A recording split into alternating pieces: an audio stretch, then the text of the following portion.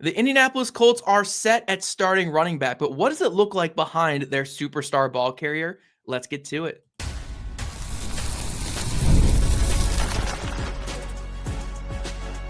You are Locked On Colts, your daily Indianapolis Colts podcast. Part of the Locked On Podcast Network, your team every day. Welcome to Locked On Colts. I'm Zach Hicks. That's Jake Arthur. And on today's episode is brought to you by Odoo. Great organizations win because operations matter, and that's why you should get Odoo. Try for free today at Odoo.com slash locked on. That's ODOO.com slash locked on. On today's show, we are continuing our position preview series here in the offseason. We talked about quarterbacks the other day and even devoted a whole segment to Easton Stick. So you guys know that we are committed to the bit here on this show. We're going to break it down the way that we normally do, talk about Jonathan Taylor to start off the show, then talk about the two guys competing for that main backup spot, and then at the end, we'll talk about our flyers, our guys that we are kind of loving this offseason, even if they probably don't make the team with this Colts team.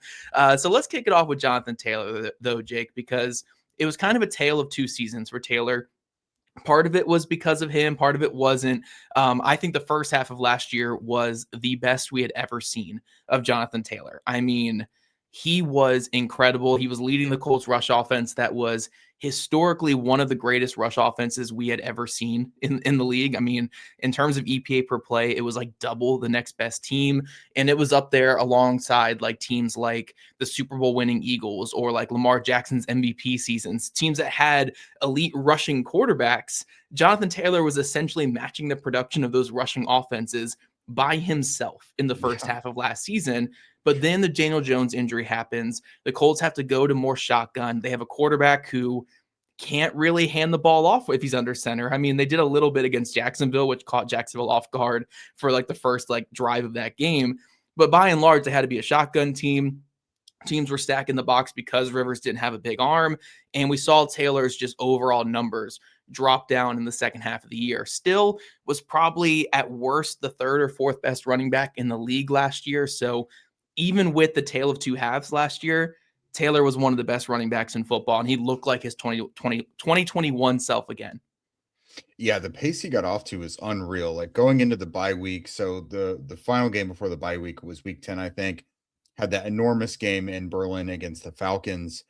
And after that, I don't think he didn't hit 100 yards again, but still managed to finish like number 3 in rushing, first in carries, first in rushing first downs, was near the top in like scrimmage yards and all these things still.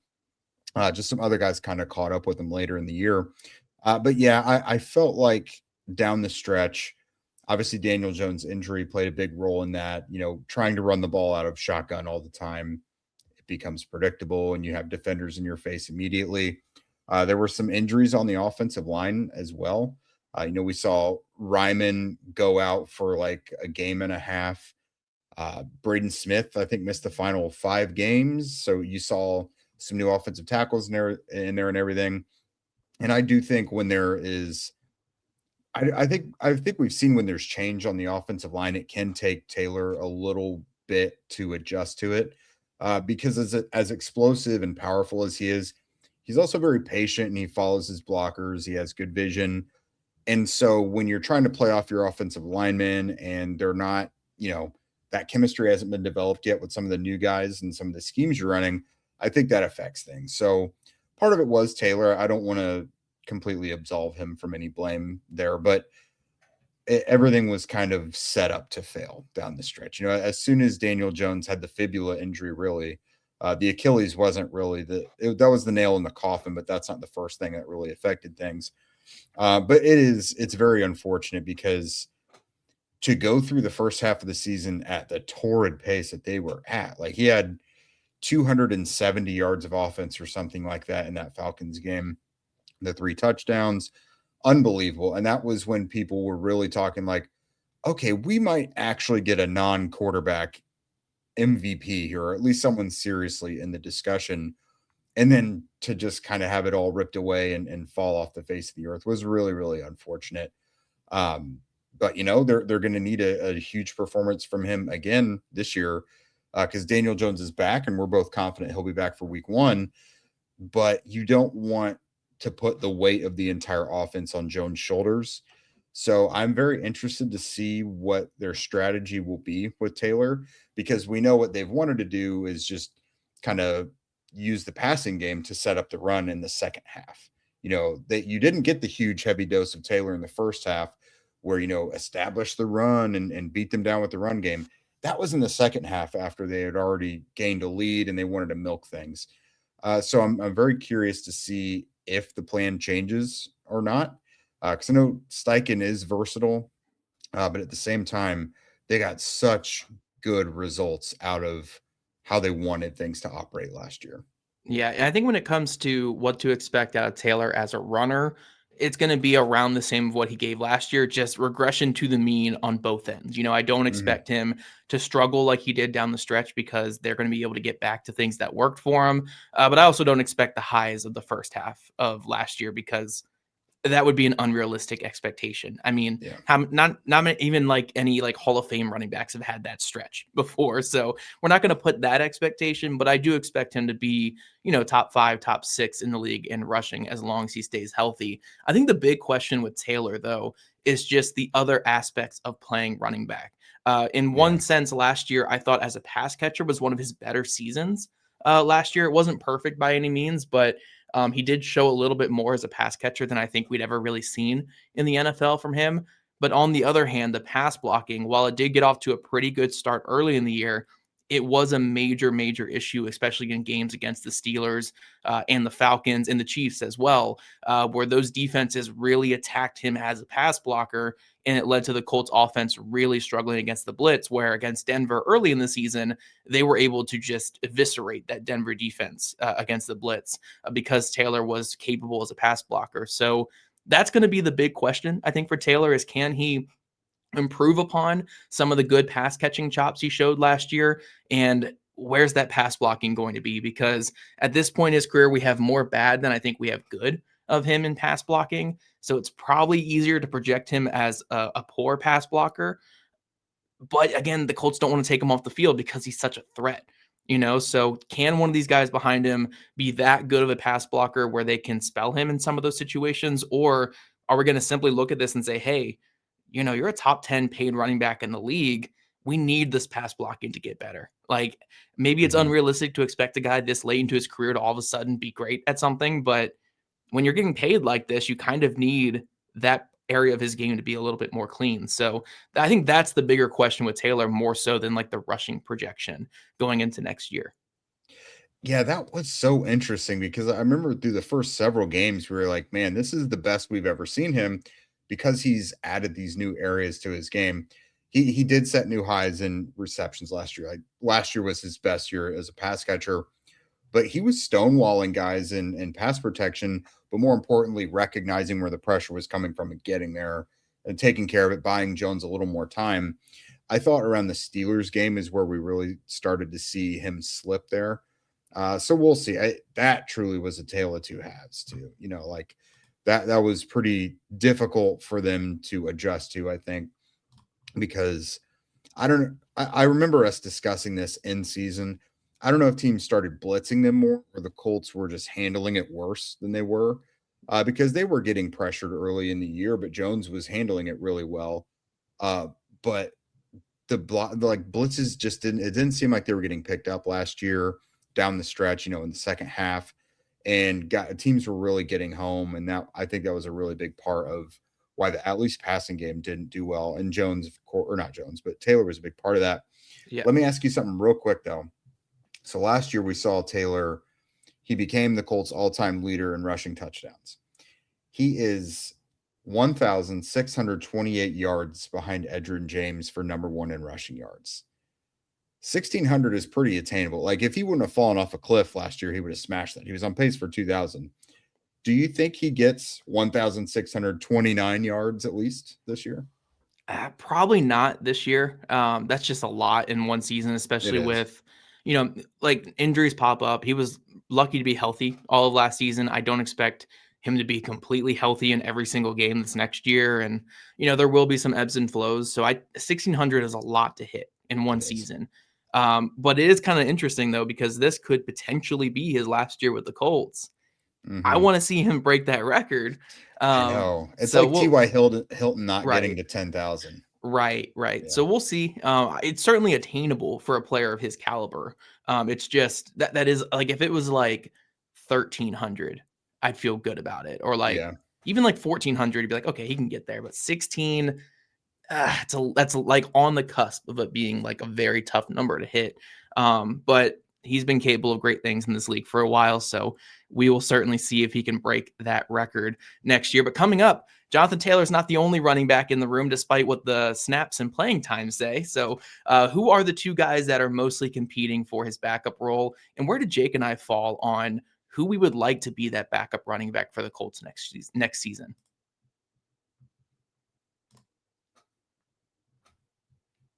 Running a business shouldn't feel like you're trying to connect a bunch of different systems that were never designed to work together. One app for accounting, another for inventory, another for sales, and somehow none of them really speak to each other. That's where Odoo comes in. Odoo is an all in one business management software that brings every part of your business together in one powerful platform. From sales and accounting to inventory and marketing, everything works all in one place, helping your team move faster, stay organized, and focus on growing the business instead of managing software. The best organizations know that success isn't just about talent, it's about having everyone working towards the same goal. And that's true in sports just like it is in business. When you look at it with the Colts, their main objective this offseason was, to get younger, more explosive on defense, but to kind of reinvest in what they felt was the best part of their offense to get them where they wanted to go. Resign Daniel Jones, resign Alec Pierce, even bring back Shane Steichen and Chris Ballard to kind of have everyone go down with the ship, so to speak, if that is to happen. And that, organizationally, everyone seemed to be on board with that, at least with the Pierce and the Jones of it all. And, great organizations win because operations matter. And that's why you should get Odoo. Try for free today at Odoo.com slash locked on. That's ODOO.com slash locked on.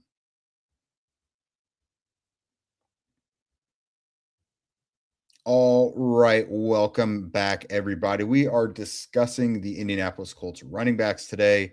We are now in chapter 2 of our annual position by position preview. So we just talked about Jonathan Taylor. And as per usual, Taylor, number one, there's never competition for Taylor to be, the main running back in the room. But to get the guy some complementary pieces and to get him a breather without, I don't want to say incompetence, but you want people to be able to come onto the field and be effective if he's not going to be out there. And I think it's a nice thought this year, but we're definitely going to have to see it to believe it first, I think, Zach. So you got second-year player DJ Giddens, who was picked in the 5th round last year. And now you've got 7th-round rookie Seth McGowan.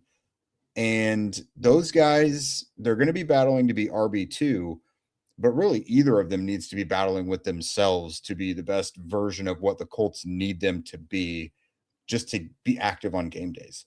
We saw DJ Giddens was active for just 9 games last year, despite being one of the more hyped rookies on their team. He was called a steal of the draft. They really liked him. And then it came time for the regular season, and he just didn't really have a role. Now, he didn't play special teams like at all, and he's not much in pass protection, right? So obviously he knows he needs to really carve out a role in either or both of those areas. I know the Colts are a little more bullish on Seth McGowan when it comes to potential in those areas. But this is gonna be one of the more interesting battles because one of these guys has to be active on game days, or they're just gonna have to bring in a veteran from the outside. Yeah, and I think both these running backs are very, very different stylistically, right? Mhm. Where Giddens is more of like a pure runner, a guy who can show some vision, can show some patience, and has a little bit of that explosiveness at the second level to turn 10-yard runs into 20-yard gains and 30-yard gains, and really has that ability that you're looking for that to potentially be like a bell cow in this league. Where Seth McGowan, I think, is like a higher floor, just a more like steady power back, right? He can win some of Mhm. the short yard stuff, has some explosiveness. So I actually want to throw it back to you. Like, where do you kind of lean in this battle as of right now?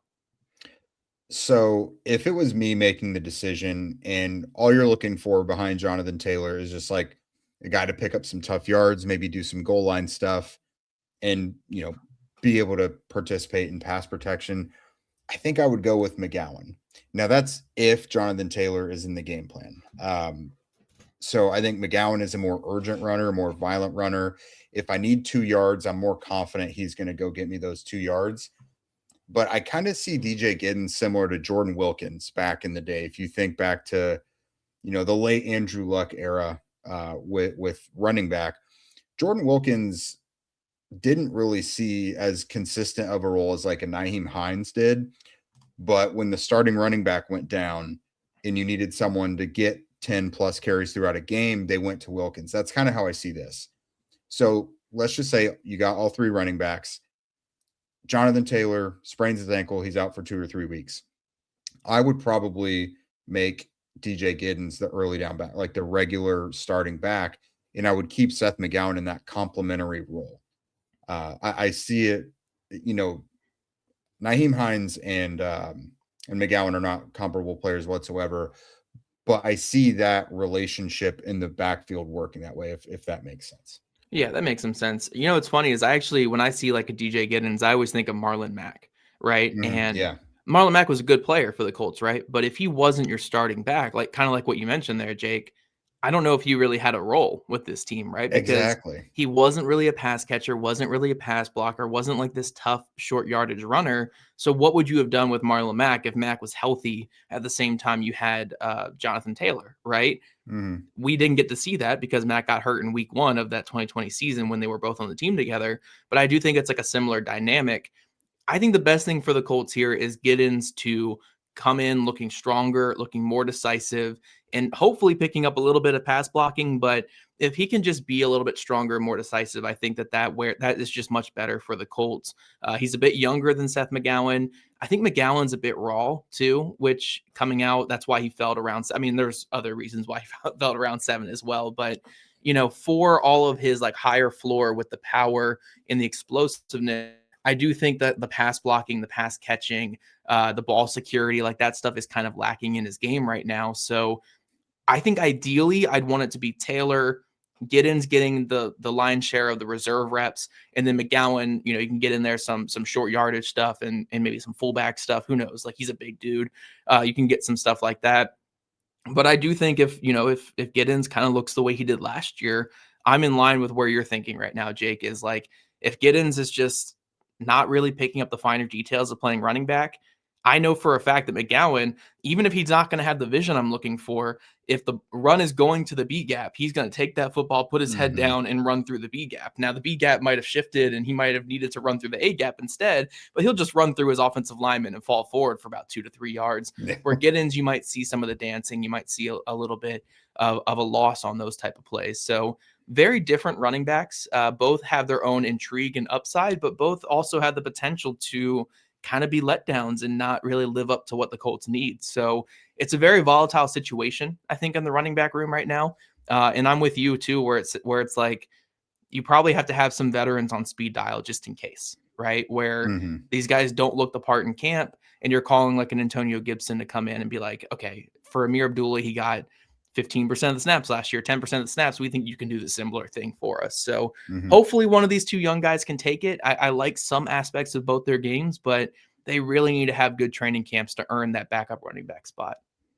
Yeah, even going further with your Marlon Mack comparison, I mean, when Mack was a rookie, they still had Frank Gore back there, and when Mack was easily more explosive, but like it was almost a little disruptive to get him out there. Right. That's kind of how it would have felt with Giddens last year, and hopefully not this year. But like McGowan is a pretty niche player. You're not going to give him 15 carries. You just need him to do his exact role. And then so I do think there could be a purpose for all three of these guys working together this year if Giddens and McGowan show that they're capable of doing it. Yeah, absolutely. Now, coming up, we have 3 more running backs to talk about at the very bottom of the roster. An undrafted free agent that I thought was really fun on film, and also an undrafted free agent from last year that Jake and I are both really, really intrigued about going into this year's offseason.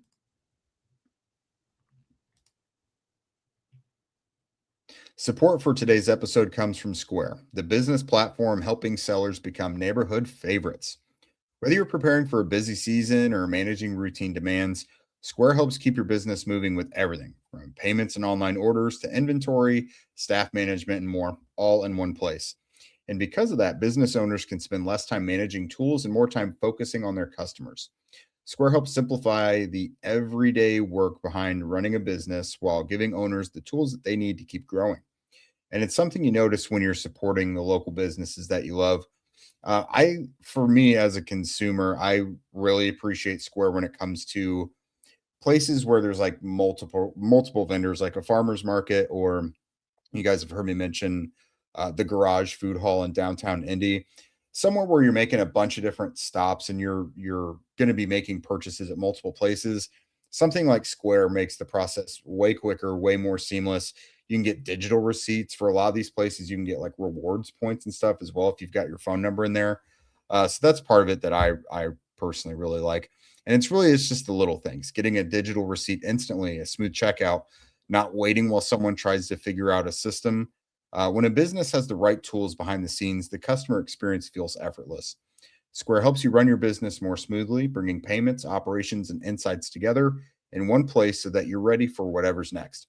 Right now, listeners can get up to $200 off of Square hardware when you sign up at square.com/go/lockedonnfl. That's SQUARE.com/go/lockedonnfl. Get started with Square and build a setup that works the way that you do.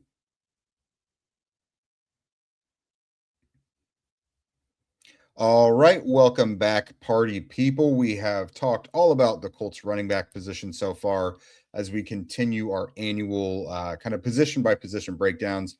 We talked about Jonathan Taylor. We talked about Seth McGowan and DJ Giddens and what it's going to take for either of those guys to really carve out a role behind Taylor. But now let's talk about the dark horses. These are the guys, like Zach and I always really like at least one obscure running back on the roster. And I think we have appreciation for all three of these guys now, Zach. So Ulysses Bentley IV of the 13th Regiment of the Civil War out of Ole Miss. This guy, we really like him a lot. You know, he caught the ball well last year. He ran the ball well. He's a good preseason player. Even got 2 snaps week 1 against the Dolphins last year. So we really like him. He's kind of a well-balanced guy. Seems relatively safe if you need someone. And then you've got Lincoln Pare, who's kind of, you know, the smaller pass catching type back. And then Anderson Castle, who's a battering ram, short yardage guy. So you've got a little different flavor for all three of these guys. And I think if any of these three guys are used heavily on special teams, I know Bentley is on the kickoff and punt teams already, at least like with the second and third team. If any of these guys really becomes one of Brian Mason's like go-to guys, I could see them sneaking onto the roster. Yeah, that's going to be the big challenge for, I'm going to say Ulysses Bentley, the fourth here, because I think he's the guy with the best chance out of this group to really break in and make the team. That's going to be his big challenge this offseason is, can you find a way to have Brian Mason fall in love with you, right? Bring him flowers every day, a nice bottle of rosé, whatever you need to do, right? To have Brian Mason fall in love with you, because he's in that kind of spot on the roster where it's like, yes, when he gets on the field, like he runs hard, very solid player. We liked what he did in the preseason. I know Alan Pinkett over on the Squad Show was raving about him throughout all the preseason last year. And I think that there is some utility there if you ever needed to play on an offense, but he's never going to have the traits or the explosiveness or the pedigree to really break in as an offensive player. So for him to just make sure you stick around and then be like an Ashton Doolin, to where one day they do start to trust you a little bit more on offense, you really have to endear yourself to special teams. And I think he started to do that a little bit last year, stuck on the practice squad for the entire season, had a couple call-ups as well to the main roster. So I think there is a path there for Ulysses Bentley IV to make the team. It's just he really has to endear himself to special teams. That's going to be the biggest thing, because the two guys that he's competing with above him, right, in the last segment, McGowan and Giddens, don't really have that special teams background. So that's the way you can really separate yourself in this battle if you're someone like Bentley. So while we always label this last segment as kind of like the long shot segment, I do see an avenue for Bentley to make this team, or at least be one of their like core practice squad guys that gets the whole call ups throughout the year and is like the next guy up if someone were to get hurt. Like there is an avenue for him. He just needs to take advantage of it and do the Ashton Dula and do the Amir Abdullah thing, right? Where it's like just make yourself indispensable on special teams, and they'll have to keep you on that roster. Yeah, without a doubt. I mean, the Colts have some big special team spots to fill too, like the personal protector on the punt team, one of the gunners. I mean, we think between Ashton Doolin and like Josh Downs and Anthony Gould, we don't really know what the return game looks like, but maybe he becomes like that second or third returner. I just think like the Colts don't have such rock solid options behind Taylor that he can't make the roster, you know? Yeah. So I think it's certainly possible. I guess, do you feel the need at all for them to go get some like random veteran free agent, like like we've seen them do this? Amir Abdullah, I think, was real early in the year, but like Kenyon Drake a couple years ago. Like, do you feel the need for them to go get any vet like that? Not at the moment. I think that they can afford to wait. I mean, training camp's going to roll around here in a few weeks. See what these guys look like throughout the first week or two of training camps, because I don't expect like this big run on older running backs on the market anytime soon. So I think that a lot of the names that are still out there will be there within a week or two of training camp. And if you're just not liking the early returns, then you can go out to free agency. But as of right now, I'm fine with giving the 2 late round guys the shot at backup running back, having a guy like Bentley throw his hand in for some special team snaps. And then if it's not working, then you can go get that veteran player. But I'm fine with it for now, but it's certainly something to keep an eye on in training camp. The 2 other guys we got to talk about, though, at the bottom of the roster, Thunder enlightening themselves here, and Lincoln Pare and Anderson Castle. Pare, I really enjoyed his film this draft season, man. Like, I know that the top speed's not there, the level of competition's not really there, and there are reasons why he went undrafted and didn't even get that much guarantees in undrafted free agency. But I mean, he runs hard for his size. He's pretty agile and quick. I think there's a lot of good stuff on film, and all the numbers he had last year too were really, really strong. So I want to see him show out. I don't know if he's really going to get many chances this offseason, but I saw a lot of Kenneth Gainwell in his film, and I think that, that Gainwell has a history with Shane Steichen, so it's not a complete one-to-one, but I think that style of running back has a place. And then Anderson Castle is just, I mean, he is not DJ Giddens, he's Seth McGowan, but like he's a thumper, but even bigger and stronger, just not nearly as explosive. Yeah. He's never really ran for that many yards in college. He's never been this highly productive player, but he has racked up a lot touchdowns in his college career. So he's like a Toby Gerhard. Who was that like fringe fullback for the Vikings? Was it Matt Asiata? Was that the guy who had like the 4 touchdown game back in the day? Like, I just think of like those guys when I see Anderson Castle. So I don't know if that archetype of running back is still like viable in the NFL nowadays, but I mean, we'll see. He should be fun in the offseason, at least. Like, I'm excited to see how fun he could be. I was going to say, so I think Bentley makes the practice squad if he doesn't make the roster.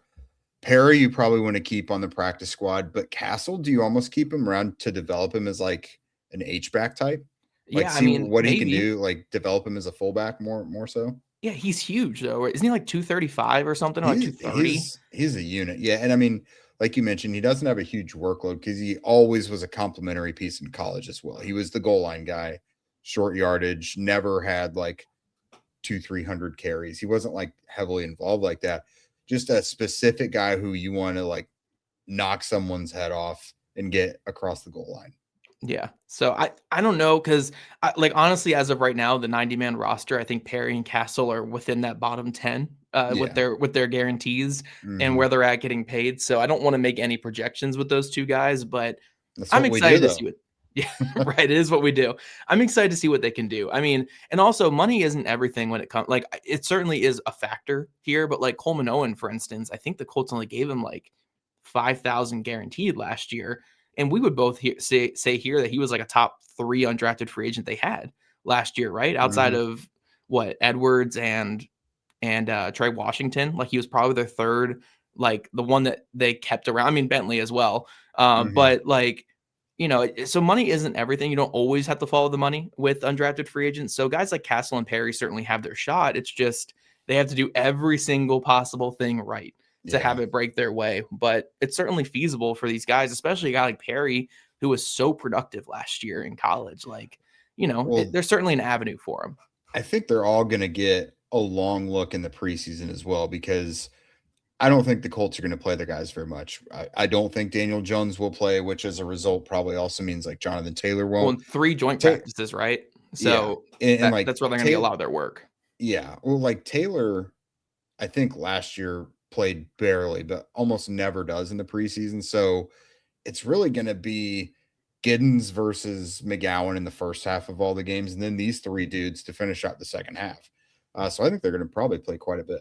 Yeah, so we'll be able to see a little bit of all those 3 different flavors there. Bentley's like sturdy play, Pare being like more lightning, and then Thunderous Castle coming in here at the very Yeah. end. So we'll get to see, Storm the castle. yeah, We're storm the dubbing that castle. now. Yep, Anderson Thad Castle right there at the end of the games. Thank you all for tuning in today to Locked On Colts. Back yet again next week to continue our positional previews, talking all about wide receiver. That one should be a fun one. So make sure you subscribe and follow Locked On Colts so you get all the latest episodes. And if you don't already, make sure you're following at Locked On Colts, at Jake Arthur NFL, and at ZachX2, all on socials. And if you never miss an episode, the Everydayer Club is built for you. Get us ad-free, plus members-only Discord access, and much more. Head to lockedoncolts.supercast.com to join the club. Thank you all for tuning in. And again, we'll catch you guys back here next week.